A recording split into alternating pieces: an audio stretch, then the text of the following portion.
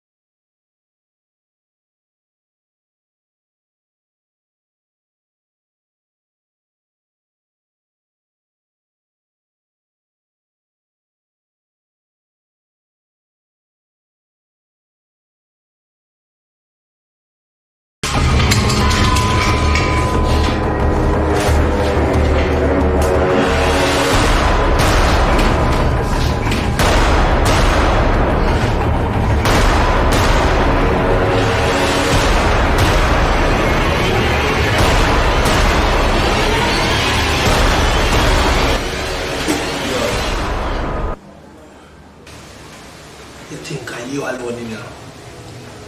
But what come out to? Sup, my nigga? I've been here chilling all day, my nigga. It's time for us to go, my nigga. What's up?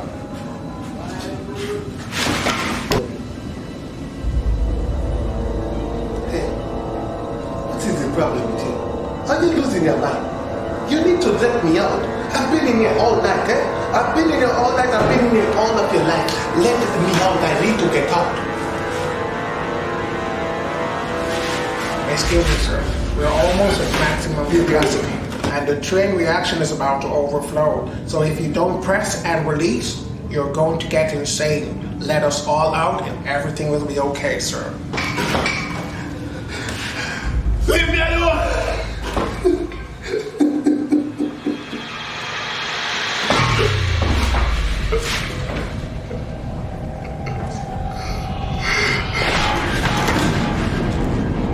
Listen to me, boy. I've been sitting here all night now, boy.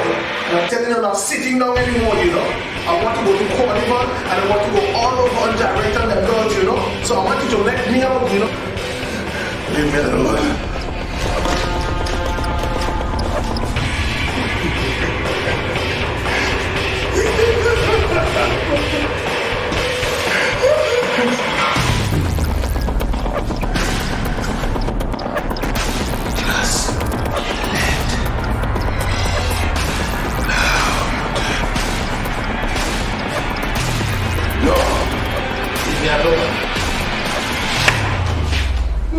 This is something called Janet. It doesn't matter what you think, I am in here, and you got to let me out. You got to let me out. Yeah, bruv. It's not much time, bruv. We've been waiting here all day, bruv. What's wrong with you, bruv? You got a problem, bruv? Leave me alone.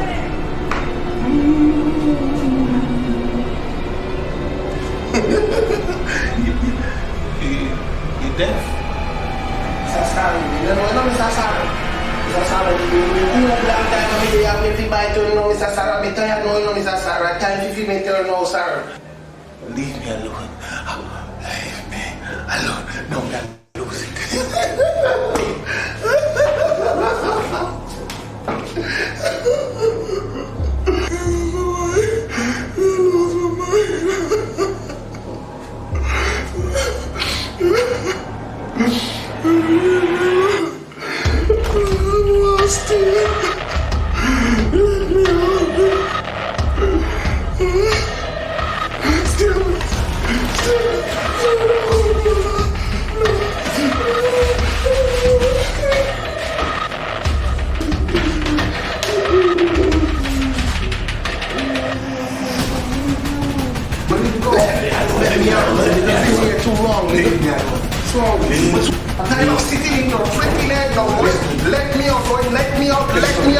Everybody get out. Y'all better get out. Let me out, bro. I need to get out of here, bro. Come on, let me out, my boy. Sir, you heard me, sir? Let me out. Still now. Let's get over that and get out.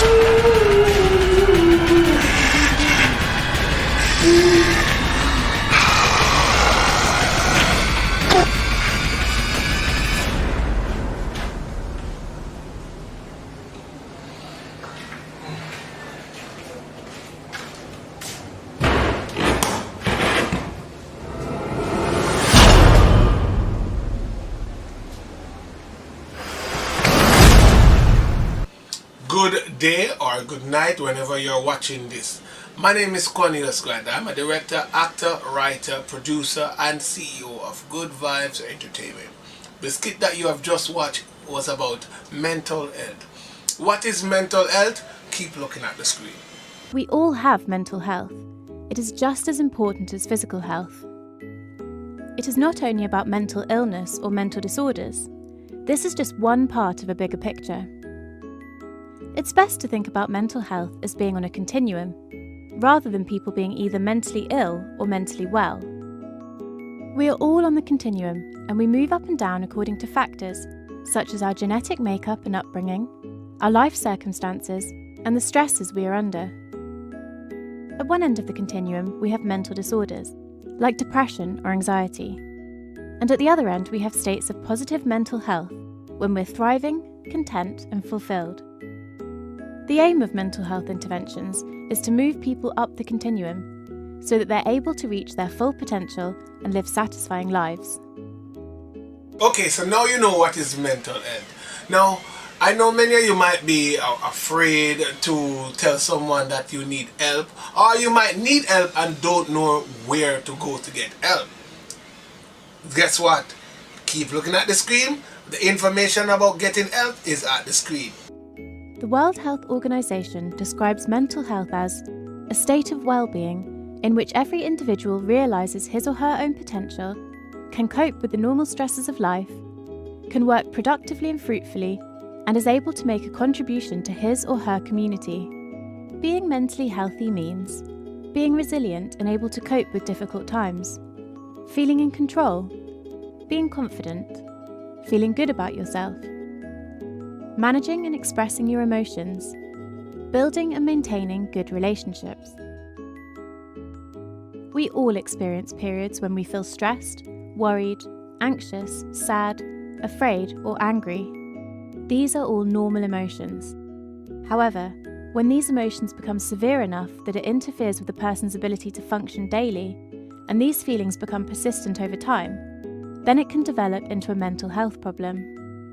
There are many different types of mental disorders. When left untreated, mental disorders can be chronic and long-lasting, and are associated with increased disability.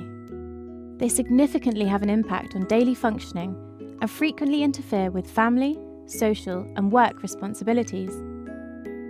Fortunately, there are effective treatments and evidence-based interventions available that aim to help individuals understand and cope with symptoms of mental illness. Now, I hope you all enjoy what you just watched a while ago and hope the little information I gave to you was such of a help. Okay? Thank you and spread the word about mental health. It's an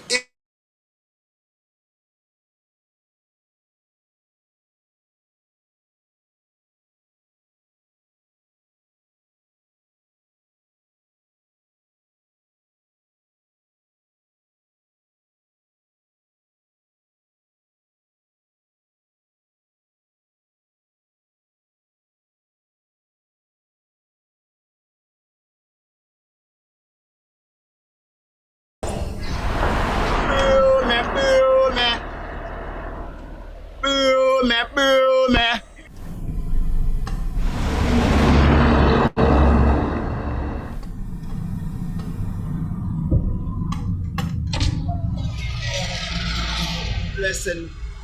Lessons. Lesson, Empress. How much for a broom? $200, but $150 for you. Why 150 for me? Ja, no, it's just the way you're nice. It's not a buck. How much of them I want, Empress? 2, a yard broom and a house broom. Alright. $200 for my feet, as I'm saying, about $150 for you. Just the way you're nice, me just cut off something off for the price, you know what I mean? Put them in the back.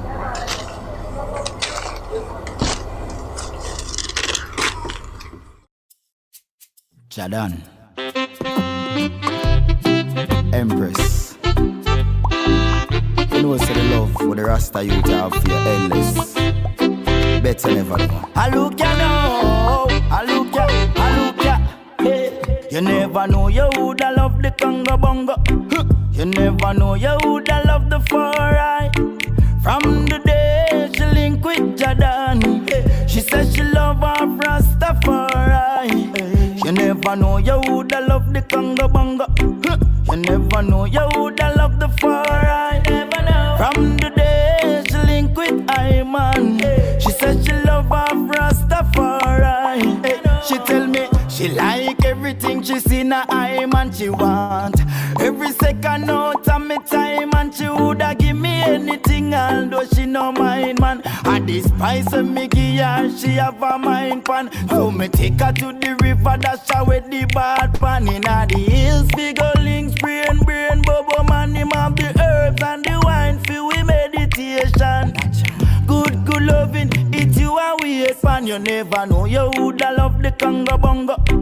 You never know you woulda love the far right. From the day she link with Jordan, she said she love her Rastafari. You never know you woulda love the conga bonga. You never know you woulda love the far right. From the day she link with Iman, she said she love her Rastafari. She tell me, I say she love Rastafari. And she tell I say she have something far. I know for them can't believe a Congo bongo have a rope and a squeeze. All of a sudden she no wanna red meat, strictly itals true. Or some greens. She a tell I about the coconut with the bean. I say anytime no, she a come for me scheme.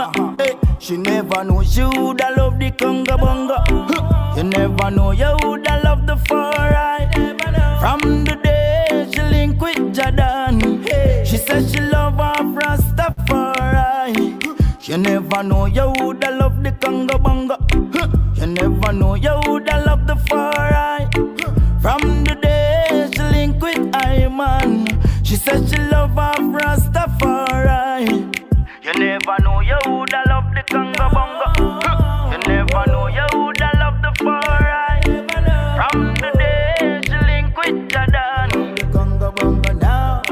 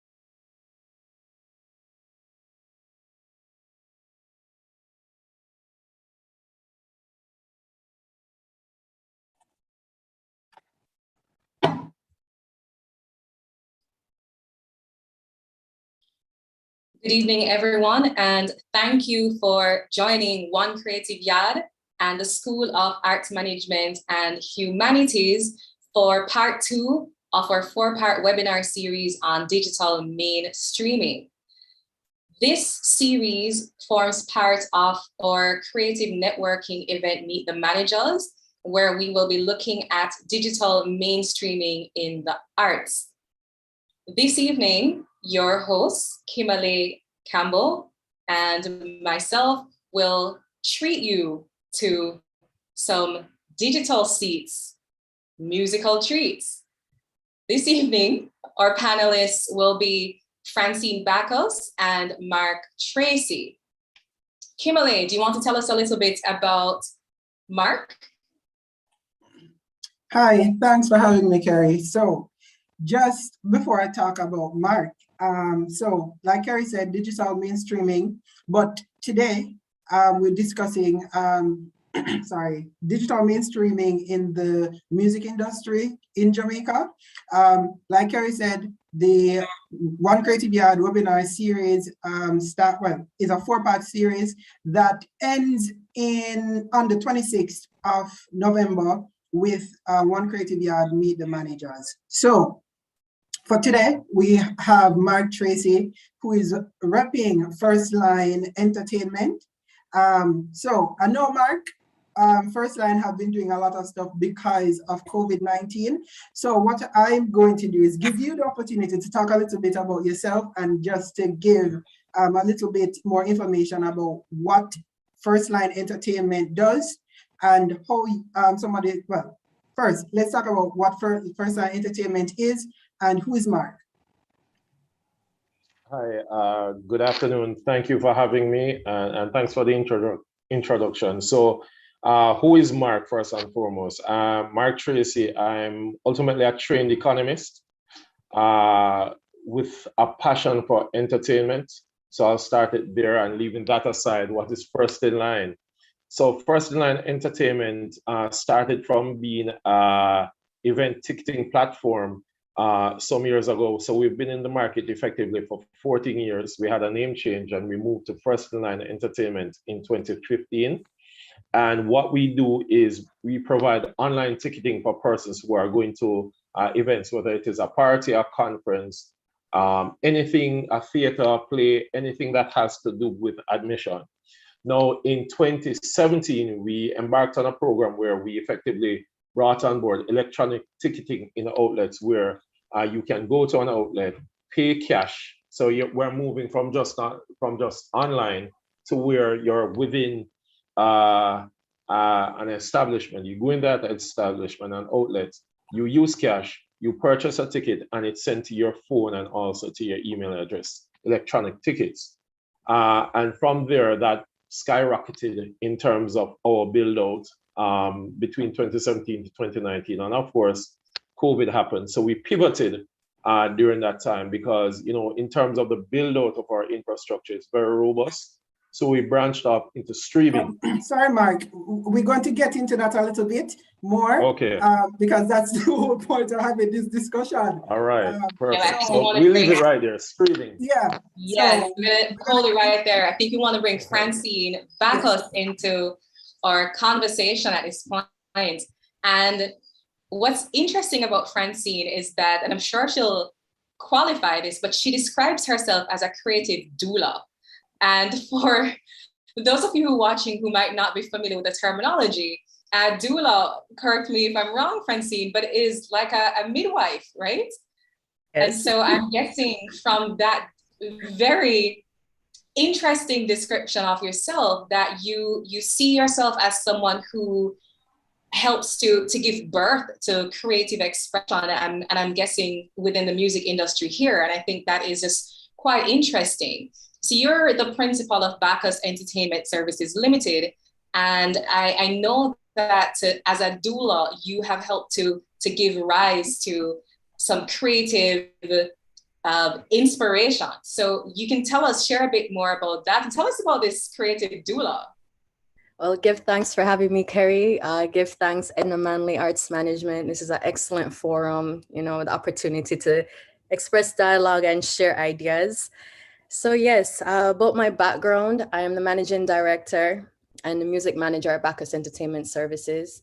I coined myself as a creative doula because in the industry that we're in, especially reggae music, there is a lack of professional support.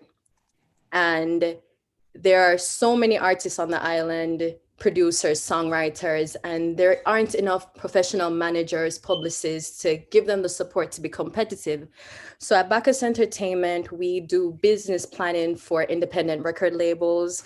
We do brand building, intellectual property management, which is extremely key because a lot of artists produce music, release music, but they're not properly registered at the PROs. The split sheets aren't done. So future speaking, that will cause a lot of issues. So I look at my place and purpose in the business is to educate, empower, and inform these very young artists most of the time on how to create a trajectory that will set them up for a better experience in the music realm. I want to ask a question, Francie, because Mark had touched on it.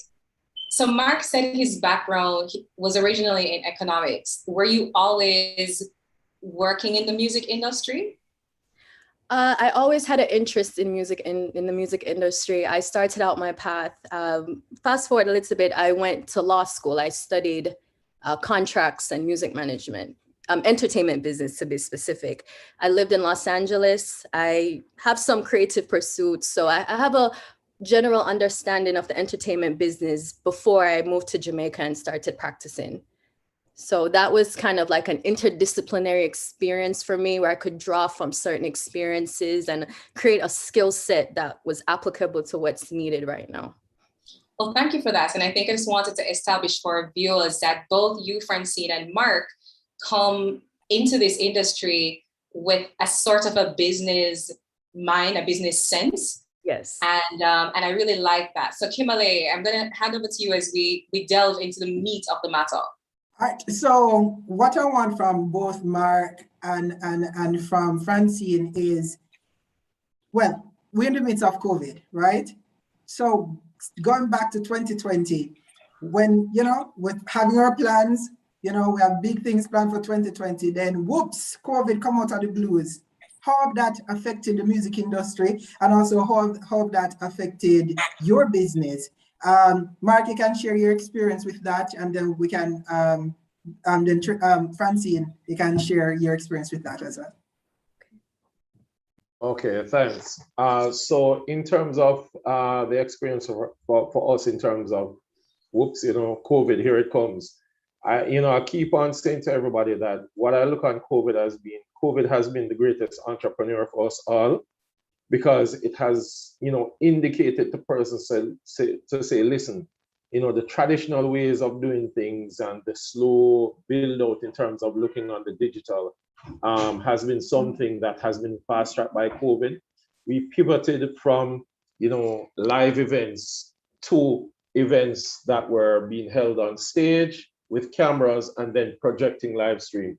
So a friend of mine in August of last year, came to me to say, listen, everything is shut down, but persons are at home going crazy, right? And we need to provide a platform for them to enjoy live entertainment, right? So what we did was we had set up this ongoing band playing on a Sunday. And what we would do is stream it through the platform. And then from there, we recognized that we could go further in terms of allowing patrons to purchase through the platform in order to watch, these live band events. And what we found is that it allowed the creation of not just, okay, you're within a setting of just, 500 persons, to know a platform where Jamaica, the diaspora, the international audience can now log in and watch creative minds, whether it is through music, as we're talking about here, drama, plays. So it opened up a new platform in terms of allowing especially the diaspora to get a taste of Jamaica, which a lot of them would have been away for, for countless amount of years. So I think that has transformed our business into truly looking internationally in terms of our offerings. Okay, thanks, Mark. Francine, can tell us, like, just context, last year to where you are now. Okay, it's kind of hard to isolate just 2020 because so much work is being done. But I would say 2020 was a peak point for my team. We worked very closely with reggae artist Jadon. He had released his first album, Reggae Month 2020. So this is about 1 month before everything locked down. It was such a high. He had various performances during Reggae Month. The album had a great launch in Kingston. The Gleaner called him the reggae music's next messenger. So we were looking forward for more opportunities to open naturally because of the buzz that was being created. And then the pandemic came in and it changed everything. It shifted everything. It shifted us to focus more on the digital space and not just social media. And like I mentioned before, setting up shop online, setting up the website a little bit more, creating more presence and having more digital real estate. So COVID, yes, it did affect a lot of opportunities, but there were opportunities within that we were able to capitalize on. And fast forward now, he has a distribution deal with Tough Gong, and he's about to release a sophomore album. So that's evidence to show that we were able to overcome certain hurdles by just shifting our focus on what we could work with in that moment. All right, thank you. Mark, I was reading an article and I saw where the first line accumulated about 10 million Jamaican dollars in loss. How did that? Because I'm pretty sure with that, it accelerated your transition and into where you are now. What was that experience like? Because I know sometimes you feel like, well, I'm stuck between a rock and a hard place when you're running a business, and then COVID or any circumstance kind of, you're like, okay, I need to make sure that my business is profitable. This is my life. How did that accelerate your transition from just selling tickets to streaming? So, the truth of the matter is, I think, in terms of what was just said, COVID kind of highlighted that there were many other opportunities to grab, right? And I think for us, we were always a forward-thinking company. So when we built out our platform, we had in mind to go the route of streaming as well. What COVID did was fast-track those elements. And, all of my friends will always say this about me. I am the person who is always jumping off the cliff without a parachute and just building as I go along, knowing that I'm going into the clouds of uncertainty. I'm sure that the one certainty that is there is that there's a floor at the bottom, right? And you can crash and hit it, but you have to build the plane. And during that moment and that time, we recognized that the business plan that we had developed in terms of looking on that additional phase of doing streaming was one where we had to leap over a number of phases and jump right into that. So I think it caused us to rally the troops. And during 2020, everybody is talking about 2020 being that crescendo of saying, okay, we have to activate that red button, to get everything going. And that's effectively what took place. It really got us in action mode. Mark, I want to go back to something that you had said earlier, that COVID essentially brought out entrepreneurship within the industry.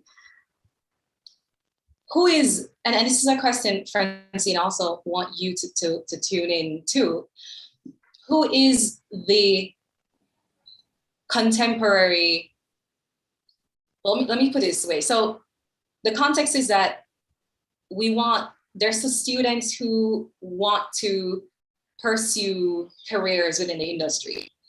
And prior to COVID, that might have looked a particular way, or that might have entailed a particular kind of engagement with audience and with business.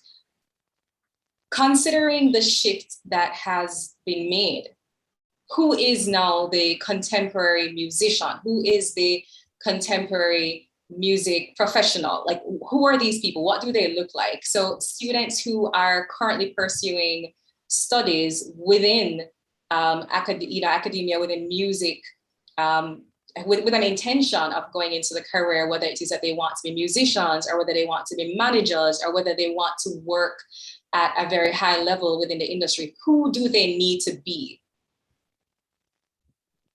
I think I'll defer to my co-presenter, in terms of that message, that question, and then I'll give it after. I think being more involved with direct entertainers, I will give her the floor and I will chime in on that question.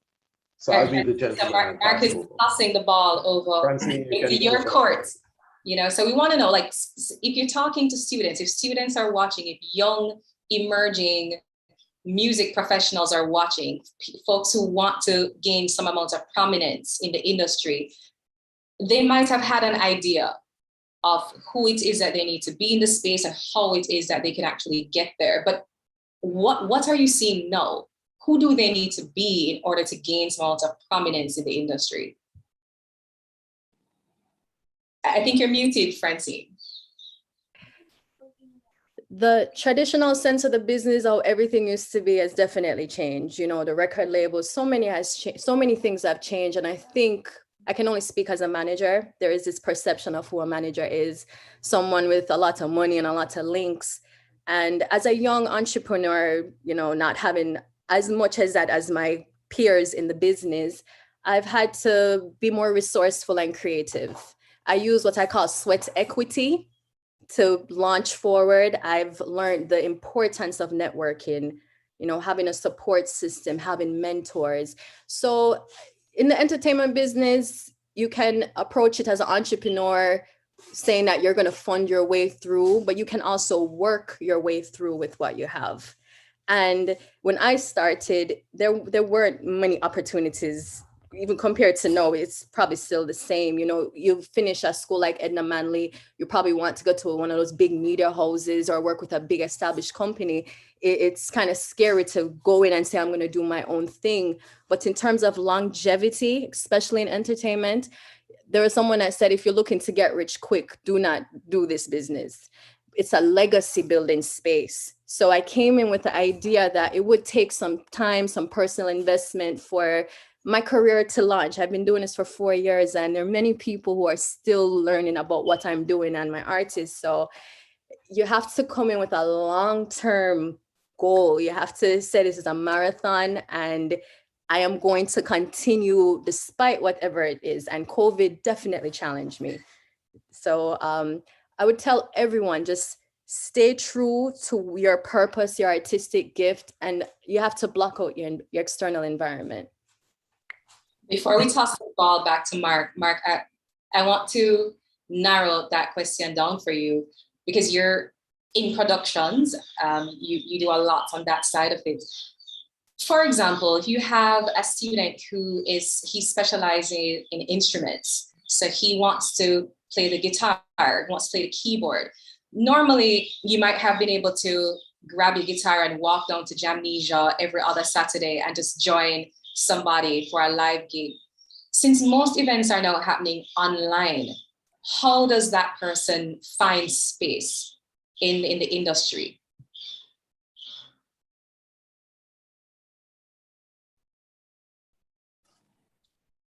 Right. So I think in terms of that, what I've found is, given the creation, let's just rewind back to the invent of the internet, right?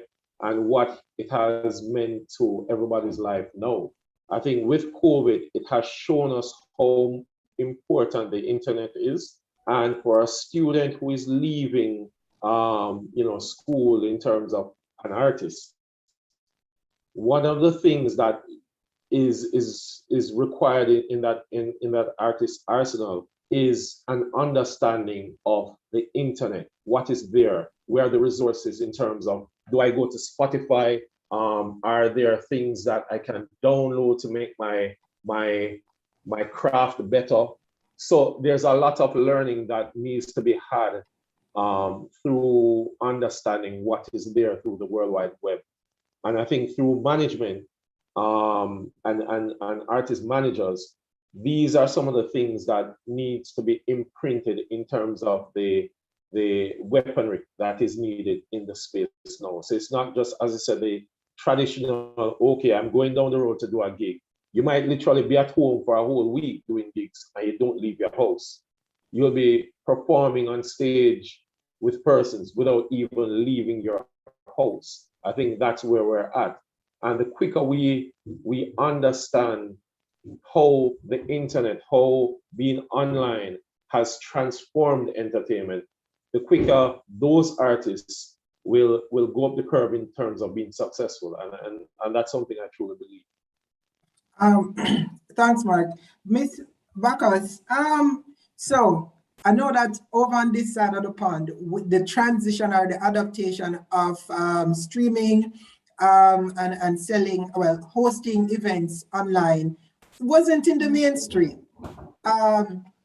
Seeing that us as arts managers, we technically advocate for creatives, right?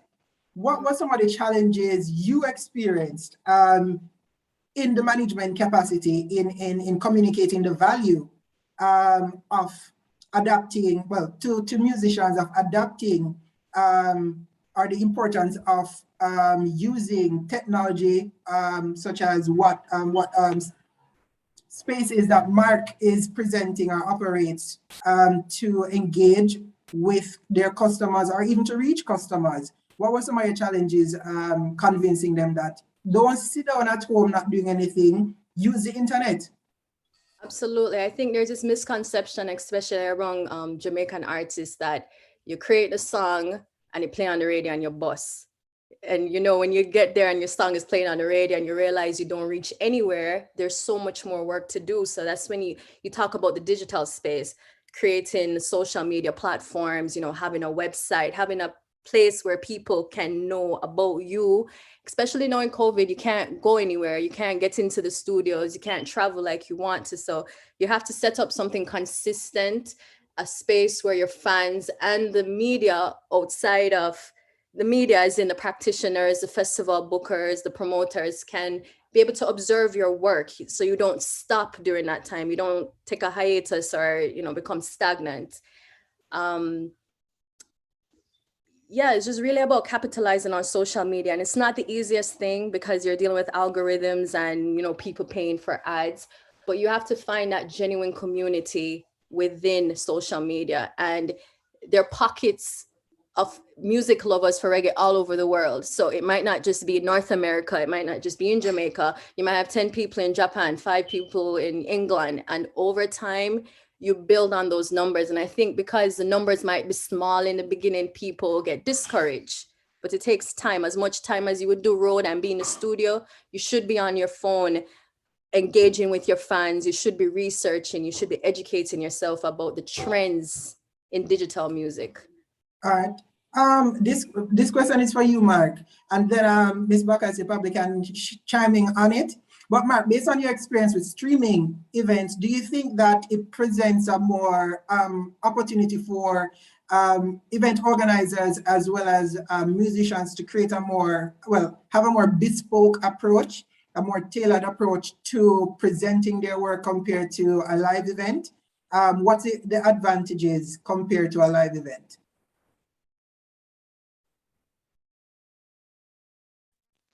I think what we've learned in just the 1 year in terms of doing streaming is that, you know, the opportunities that arise from streaming is that first and foremost, you're now looking on the entire world in terms of ticket sales, right? In terms of getting an audience. I think that in itself is amazing. Before, you would have an event, 2,000 persons maximum in an event. Now you're talking about 10, 20, 30,000 persons can log in at any one time to view an event. And I think that creates a world of opportunities for persons, you know, in niche markets, as what was just said, in regards to, you know, performing in Africa, where, you know, reggae music is loved in that particular space, performing in Europe without leaving Jamaica. It creates that opportunity.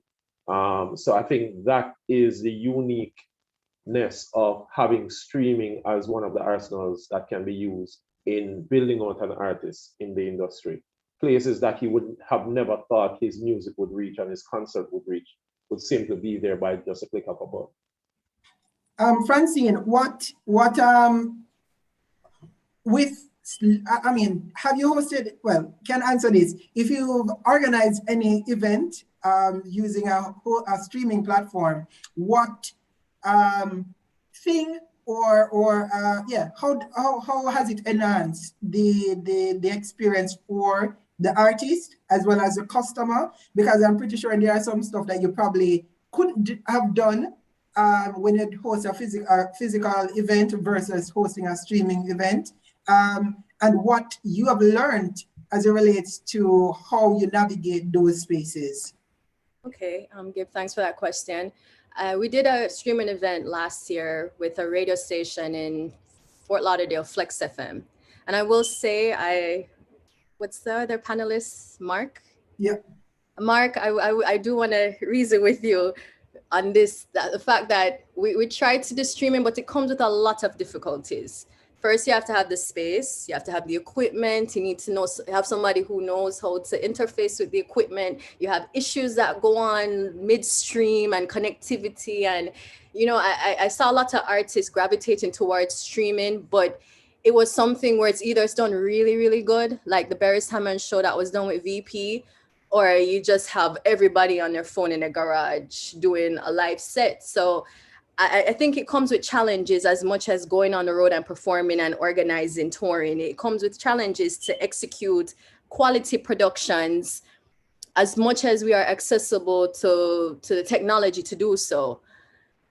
We were successful because, you know, we were able to share it on Facebook and share it in reggae groups, and people that probably wouldn't have engaged with Jadon were exposed to him and were able to take him in as a performer. But it does come with a lot of challenges, and that's why we weren't able to do as much as we wanted to. I think, Francine, just listening to you share that, it makes me wonder if the skill, the actual expertise that is required to organize and execute streaming needs to be a part of the arsenal of the modern musician, or anyone who actually endeavors to be a part of this industry. And it's interesting because I feel like, you know, the hashtag for our series is stage on screen. And I think that for the other genres, so theater and dance as well, who've had to kind of pivot to reaching audiences through a screen, they're actually stuck with that that technical challenge as well. And so it makes me wonder if it is that institutions that are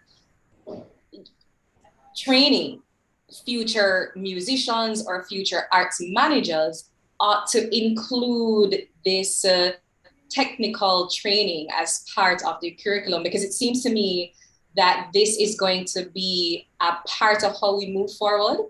Because I feel, and Mark, this is where I'd ask you to share your views.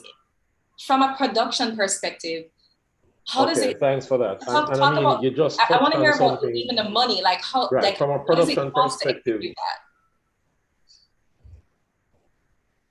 Go on, Mark. It's your turn, Mark. Right. So I think you touched on. Okay, it's my turn. You hear me? Yeah. I think my internet was unstable. Okay, perfect. All right. So I think in terms of from the production standpoint, there are two aspects to it, right? You touched on the artist having within the arsenal the social media management style of things. I think, you know, as an artist, that should be one of the courses that you do. I think Francine had indicated, you know, the artist should learn to understand how to interface with their audience through the social media platforms, right? From the streaming side, as much as we have production managers who are trained as production managers, I do believe the skill set of streaming and streaming content managers should be a skill set unto itself, and that should be a training course unto itself. So whereas you would have the artist who would hire a production team, a part of that budget should be around hiring a streaming management team as well. And this is where, for example, our first in line comes in. And I think, Francine, you had said it earlier, it comes with challenges. In the first month or so, we were like, whoa, okay, we need to switch, we need to do this, we need to, fix and tweak a few things. And what we did was we isolated the issues and we solved them. So by the start of the fall, which is October, November, going on to December, we had a more robust platform in terms of streaming. And of course, streaming is a very delicate process. You can either get it right or you get it horribly wrong. So when we recognized that we had the skill sets within our network, we ensured that we galvanized that skill set stayed with First in Line.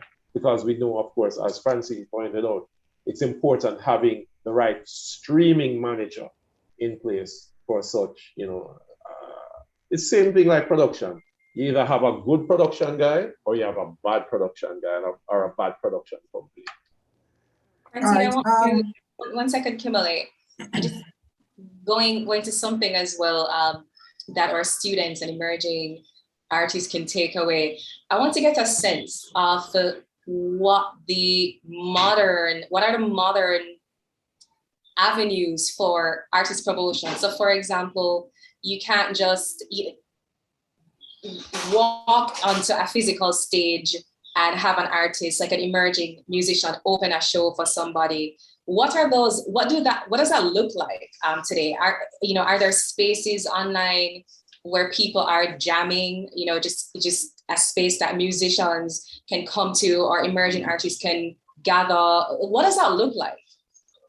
For Francine, right? Just making sure. For Francine. All right. Anybody who wants to respond. Okay, well, I always advise artists, you use the social media, but eventually have a game plan of to have your own website, your own real estate that you can control, where YouTube won't delete your channel or Instagram get taken down and you lose all of this content. So it's really to create your own space. And remind me, one more. Well, give me a refresher again. I just kind of had a... That's fine. I want to get a sense of, do you have online jam sessions? So if, for example, a group of artists decided that they wanted to get together in the virtual space in the same way that they would do in a physical space, like I can speak about the Kingston music scene. Okay. Prior to COVID, there were a couple of opportunities for any artists emerging or established to take up their mics, their guitars, their drums. You could go to Jamnesia every other Saturday. You could go to the jam and just literally tell the stage manager that, hey, I'm a singer and I want to just join the jam. Can I join the next set or something? Are there spaces like this that exist online for emerging musicians to just display their talent and to get to meet audiences? I've seen efforts over the pandemic, but I can't personally identify anybody who is as consistent to say, yes, that is the space where if you want to break through. I think you have to be creative and, create your own events, collaborate with other like artists, cross-populate on your social media. You have to literally create that network, create that digital space for people to come to you. So I would love if there would be more of those spaces, but I can't identify. Well, maybe it's an opportunity for Bacchus and First Line to collaborate and to hold some virtual jam sessions. I see what you did there, Carrie. I saw it. And with Mark's background in economics, find a way to monetize that. Great. See what I did there? And just to piggyback on that, Bacchus, we have seen that everything is locked down. As it relates to scouting talent, what has that been like for you? Identifying people who you think have the potential to, make it big in this industry. What were some of the challenges and also opportunities that are associated with that? And also touring. I won't say COVID because we're beyond COVID right now, but how has streaming revolutionize that for artists? Because a lot of times, you know, plane fare, you're getting location, your marketing, and all of these logistics. How has that revolutionized touring? And what are some of the challenges you find as it relates to identifying and scouting new talents? Okay, give thanks. About scouting talents, I've been practicing for 4 years. I believe in quality over quantity. So I've only worked with Janan so far, and we've done multiple campaigns. And to introduce the world to original music and a brand new artist, it takes a lot. And we're constantly developing our formula because the industry keeps shifting, you know. So it's something that I'm working on. I don't try to take on too much because it takes everything for me with just one artist. But I do come across artists a lot who ask me for advice and, you know, how can they get their music played on the radio, all of these things. And I really believe in a team. You have to have a team. You cannot get anywhere without a team. And with reggae music, most of the really key people are outside of Jamaica. You know, the great publicists, the great booking agents, all of them are outside of Jamaica. So with the artists on the island, I always tell them to continue developing yourself, create your own label, create your own brand, because a manager is not going to come to you, a record label, nobody's going to come to you if you don't have something already in your pot, content, a track record. So I don't scout for, I can't scout for talent. There's so many, and there are not enough managers. It's just such an imbalance. About touring, it is non-existent. We've been blessed to get private gigs and corporate gigs while Janan was in Jamaica. But the industry, it's really in a very sad place. But I have seen artists doing their own shows. You know, Janan is doing a show next week with Everton Blender and John Holt in Port St. Lucie. And that was a collaborative energy with the artists, you know. So you just have to be innovative and think outside the box to get further. Just to hear what Mark has to say, what do you think streaming, well, how you think streaming has disrupted, you know, the traditional music industry as it relates to touring and live performance, I think making up 50% of the music industry. How has that revolution, well, changed the approach to streaming, has changed the approach to touring? And also, what opportunities do you think it presents for emerging creatives? Well, I don't believe that streaming, in a sense, has disrupted live touring. I think COVID has, really. But in terms of going forward, you know, I've heard a number of artists say the same thing, and it's something that I visualize and understand. There's nothing better than live performance. You're interacting with the crowd, you're feeding off the crowd. And that is why a lot of times when we're doing streaming, you can allow the artist to have a few units in front of them to kind of see, you know, persons who are on the platform who are willing to show their face, right? So they can feed off that. But I think what streaming presents is an opportunity to expand the horizon for you know, the performer and for the audience. Expand it in the sense that you have your live performances, you know, because we'll come back to a positioning where, you know, you're living with COVID, but you have to have live performances. But what streaming does is, outside of a live performance, it allows you to now grab additional viewership from persons who are unable to be at that location. And I think that is what streaming presents, an opportunity for us to expand the audience and carry the performer to places that he would have never thought he would be seen. So it's not a competitor in a way. It's more complement the live touring, because if I'm not touring, you know, it's 3 months for the year, I can engage with my audience via streaming.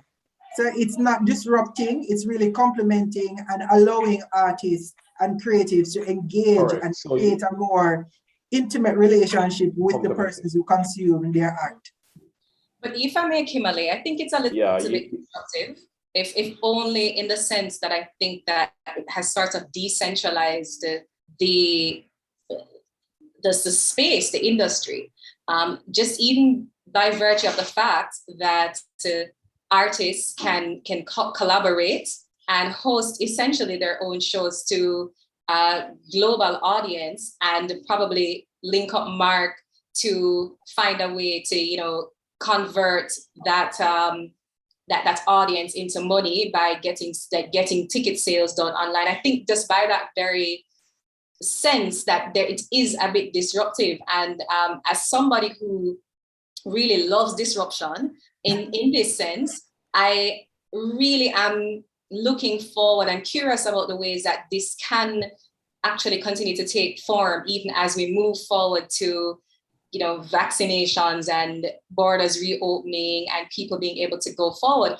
So Mark, I want to ask you, yes, nothing can substitute live performances, but can artists actually earn, you know, in a way that is comparable to what they would have been earning before? So especially if you consider that a lot of the economic costs that would be associated with traveling and touring are now eliminated. Is there space for them to earn as much as or close to what they would have been earning if they are, you know, hosting events, if you're hosting events where they're performing online? What does that look like? What does that translate into monetary value? Right. So in terms of our experience within the last year, I would say what streaming is doing is that it's not carrying you close to what you used to earn. It's not giving you half of what you used to earn. It's giving you 3 to 4 times what you used to earn, because you're now in a space where, again, you would have 100 persons in a small venue taking in your performance. Now with streaming, you can host thousands of persons and offer the streaming for them to pay to enter your event. So you're looking on monetizing, which is what we're doing now, monetizing in a global space rather than looking on a centralized space, you know, using your terms in terms of centralizing and decentralizing. So there's huge opportunities. I mean, between last year to now, from our standpoint, we would have seen a groundswell in terms of sales based on the fact that now we are incorporating even more the diaspora in terms of getting, you know, Jamaican content. So it's a huge benefit in terms of the monetization. And I'm going to ask you to repeat that, because I think that you broke up for a little bit when you were quantifying just how much more. And I want it to be clear, you know, I don't want people to miss it. Okay. You said so it was about 3 times. You're looking at about 3 times. Right. Okay. 3 times what you would get from your normal venue sales. So, and again, as you would have said, you have some new costs that would substitute for the old cost of having a live event, because you know you have certain streaming costs associated, but by and large that is dwarfed by the amount of sales you have in terms of persons logging in to watch your event. You know, persons are no longer confined to, okay, I have to drive in from Ochi to come to Kingston to your event, for example. I can stay in Japan and watch your event. We've had sales as far as you can think, Germany, Russia, all over the place. We've been seeing ticket sales. So it's really, I want to bring Francine into this part of the discussion, Kimberly, because as an arts manager now, Francine, does this actually affect your planning, your future planning? Yes, I'm actually shocked with the information he's giving me, because usually the conception is that it's hard to convert people who are used to free music, free everything on their phone, into people who are paying for streaming, you know, to watch their artists. That has been an issue with a lot of artists, having the numbers that Mark is talking about, 3 or 4 times the usual. You know, you'll have your warm market show up, but to reach, like you said, Japan and those places, I'm connecting now that you do need the professional support of a company like his. You know, if you do it by yourself on your own platform, you probably won't have that success. but if it's professionally done and it's marketed well, it's very inspiring to hear that. And also, Mark, just to add to what you were saying, a physical space, let's say we go up to stadium, can hold probably like 24,000 people. I'm just calling a number. When we go virtual, we're literally can host the 7 billion people that the world has, you know? So with that, it allows you to reach as much people as you want compared to a physical space. You know, say 27,000 people, no more, no less. All right. You know? And again, to add to Francine, just to add to that, think of it from this standpoint. You're doing a live production, you know, okay, you're going to charge, say, $3,000-4,000 because you have to cover those expenses and you have a small space. No, because you're giving to a global audience, you can lower your ticket price so that inflection point for persons who are willing to pay is there. So now you're getting volumes for a lower price, but when you multiply those volumes by the lower price, it's out the roof in terms of sales. Mark, I have a practical question for you. In order for you to agree to participate or to work with a group of artists who want to produce an event, for example, would you have to imagine that the returns or that the potential audience for those artists or that particular artist would be such that it would be worth their while? So, for example, if 10 students from the School of Music at Edamali came to you and say, "Hey, Mark, listen, you know, we want to put on a concert. Would you set this up for us?" Would you be able to do that? Yes, and again, let me do the comparison, and you see where the streaming company is very similar to the production company in a sense, right? 10 students from Edna Manley coming to the stadium and they say, okay, production company / production manager, I want to put on an event. I want to hopefully get 20,000 persons in. What happens from there is it's around your marketing, how you get it out there, who are the artists that are going to be on the show. That sells the tickets. Because before, when we did you know, physical events, when we went to some events, they were empty. When you go to other events, there were rampacked. And this is because what is the offering you have on the table? So in the same way, when you come to a streaming platform and we have that discussion, it's around, okay, what are you planning to do? Who are the artists that are going to be on the stream? What is your marketing plan? And funny enough, we help with the marketing plan as well. Because if you can imagine, after 14 years of doing ticketing as an economist, what is important to me is data.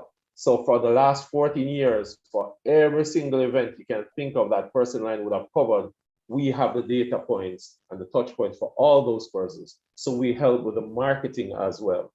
So it's kind of the same thing.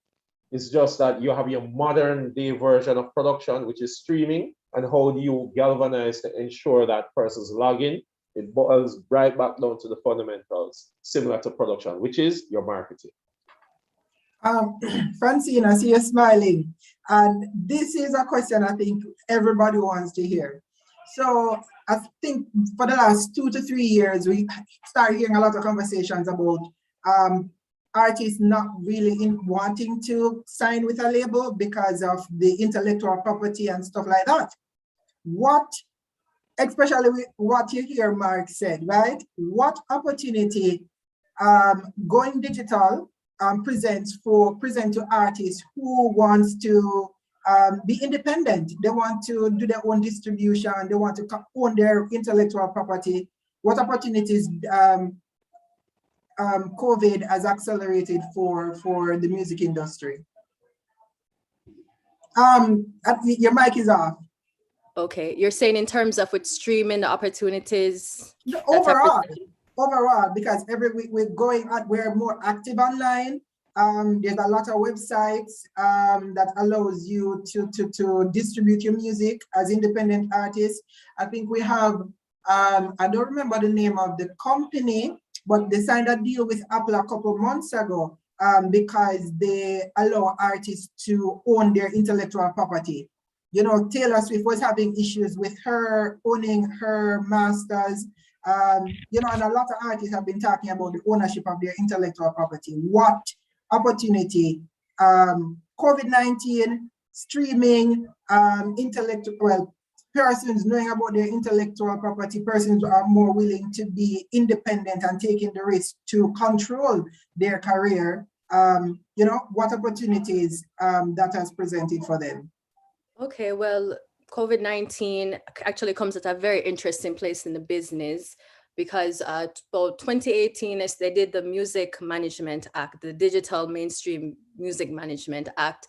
And what that is, it provides more protection for artists and producers to earn their money in mechanical royalties as a songwriter and a producer. So with those opportunities open where artists can collect and track their music in the digital space, along with streaming where you can get the mechanical rights and you can get paid for these live performances, it actually creates more avenues to create income. Like Mark said, you have to do it properly. You know, you have to have a marketing plan, just like anything physical. Everything digital does require the same amount of effort and time, but the shift of everything gives us the time and the opportunity to set up shop. You know, Jamaica is the most underdeveloped music market, and we are one of the most popular ones in the world. So there's such a imbalance between the music that goes out and how we are dealing with it. So it's a lot. It's a lot. That one is very loaded, and I do reflect on that a lot because I'm working with a young artist also, and we are also in my company tackling the trends, tackling certain things that are going on to place his music in the right places. So yeah. Do you think that we're at a place where we're still romanticizing what Jamaican music is? And just like Mark said earlier, the access to data allows us to be agile, allows us to pivot in case something is changing. Do you think that because we're still romanticizing what dancehall, what reggae music is, it's make it like the way the world is moving and the way the world sees Jamaican music, it's like there's a contradiction. So with the adaptation of technology within how we operate as musicians, as creatives, will allow us to have a more, I think, external perspective, or to see ourselves less of as islanders and more seen as from a global perspective as it relates to the trajectory and how us as musicians, us as creatives can take advantage of these spaces. Definitely. I think our approach needs to be more professional. You know, every songwriter is a music publisher at the end of the day. And if you're a music publisher and you're not properly signed up with the PROs, if you don't know what publishing is, there's so much earning potential that you leave on the table. And I don't think Jamaican artists have enough information about the business of music and what it is. It's not just having your music being played on the radio. It's not just being booked. There is an entire world outside of the community that playing the music on the sound system. So we need to have a more international approach. We need to look at countries like Korea, even the Afrobeats, Nigeria, you know, emerging music markets, and how they have intersected private sector, the government, the creative industry, the intellectuals to bring their music to the global space. And I don't see enough cooperation within our industry. Actually, industry is non-existent. You know, it's like everybody hustling.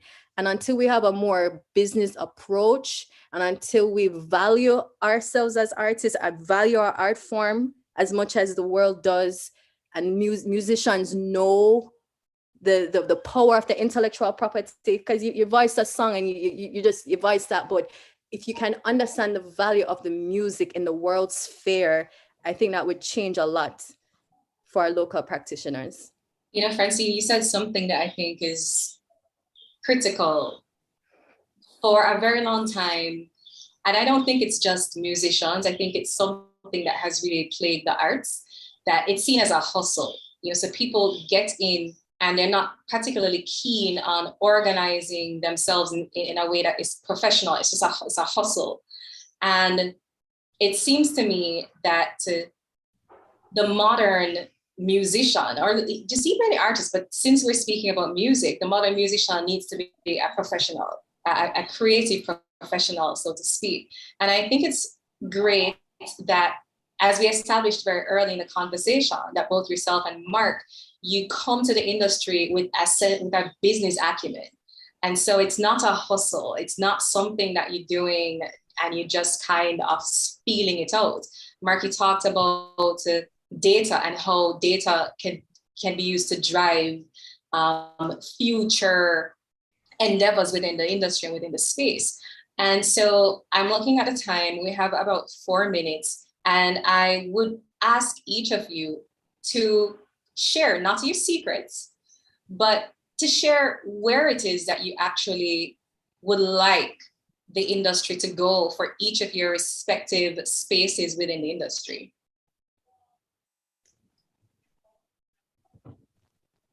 Okay. For me, from a general standpoint, taking in music, taking in, production, filming and all, I would like the space to arrive at an area where there is that commercialization and business-like approach taken to the industry. I think Francine hit on that point, that we are creatives, but at the same time, in Jamaica, there's no structure around the industry, and a lot of effort needs to be, compiled in terms of looking on how we cause the industry to really become that business-like, environment. With the help of the government, with the help of, the artists, the managers, this is something that we need to quickly look on. And to bring on the point quickly about, having these numerous spaces where persons can now put their information, their work, it can cause confusion. Because coming out of Jamaica, you have different sounds, you have different styles coming out. You don't have to wait on a radio station to put it out. You just slap it on YouTube, you just slap it on, Instagram, and it can cause confusion around what exactly is our industry and what exactly is, for example, dancehall. Francine, you can go ahead. Yeah, man, I'm definitely gonna roll with what Mark was saying. I think the Jamaican creative realm is too segmented. You have reggae, you have theater, you have dance, and everyone's doing their own thing. But I think if we did we had a more multimedia approach, where we have the film industry interacting with the music industry, and we're doing documentaries on the artists. I mean, look how many greats pass through Jamaica, but we don't have an in-house Bob Marley TV show or Peter Tosh. We have these dancers that are in music videos. So we all work together, but it's not much of a multimedia space where we all can grow as a collective. It's like, I'm over here, you're over here, and it's a crab in a barrel mentality sometimes. And we really have to address that, of how to work as a collective before we can even imagine going international and tackling the international market. So that's my point. All right, but just to summarize what we've been talking about, I mean, looking to the long term, the core value chain of the music industry is likely to remain the same, but it offers what the pandemic has shown us is that it presents opportunities for us as musicians, artists, creatives to engage and to develop strategies that would allow us to be more sustainable. And it will allow us to change the narrative and take our career in our own hands. I always tell people, Jamaica is your office. Don't look at Jamaica as your marketplace. Look at Jamaica as your office, and the world is your market. So start engaging. If you're an artist, emerging artist, start your own thing. Start your own thing. If you're arts managers specifically and students who are interested in music management, Don't take this very traditional approach, finish your degree, and you try to get a work at a label. Start your own thing. If you're into production, start your own thing or get internship, volunteer, have those conversations, build your network. You know, there's something I always tell people, free is never free, because at the end of the day, even if you're working for free, you're getting the experience. You know, somebody is paying for it. You're getting something in return. So free is never free. So thanks to Mark and thanks to Francine for coming and sharing their views and their experience as it relates to what has been happening in the music and entertainment industry. It was really insightful. It seems as if we create some linkages between Francine and Mark. We definitely would want that conversation to continue, but I'm going to turn over to Kerry to close us off. And thank you, Kimberly, and thank you as well. I really enjoyed chatting with both of you, and I'm viewing some comments on YouTube that were coming in. There are folks who are enjoying the discussion and saying that what we're doing here is a good disruption. Yeah, I love disruptions, the progressive kinds of disruption. But there is something that's being destroyed, but for a good cause. And I love, Francine, how you closed by calling for a sense of cohesiveness within not just music, but within the arts. And I think this is a good place to start having that discussion, because we do represent the School of Arts Management at the Edna Manley College of the Visual and Performing Arts, where we're training students in multiple art genres. And what I would hope that they would take away from this discussion is the need to integrate. It's not music students versus dance students versus drama students versus theater art students. That if we are to move forward and to add value, both locally and internationally, that we're going to need an integrated approach. And I think the fact that both you and Mark represent two different ends of production is a testament to that fact. And I thank you both for being here and for sharing in a candid way with us, with Kimberly and myself, along with those who are viewing us online. And I hope that you will be friends of One Creative Yaad and the School of Arts Management and Humanities. And I just want our viewers to be reminded that this is part 2 of our 4-part webinar series on digital mainstreaming in the arts, and that this is a pretext to our creative networking event, Meet the Managers, where we're really going to be looking at digital mainstreaming and how to distinguish your personal branding within a digital space. So Francine and Mark are invited to join us for that forum. We'll send that information to you. And again, thank you on behalf of myself, Kimberly, One Creative Yaad, and the School of Arts Management and Humanities. Do have a good evening, everyone. Thanks. Thank you.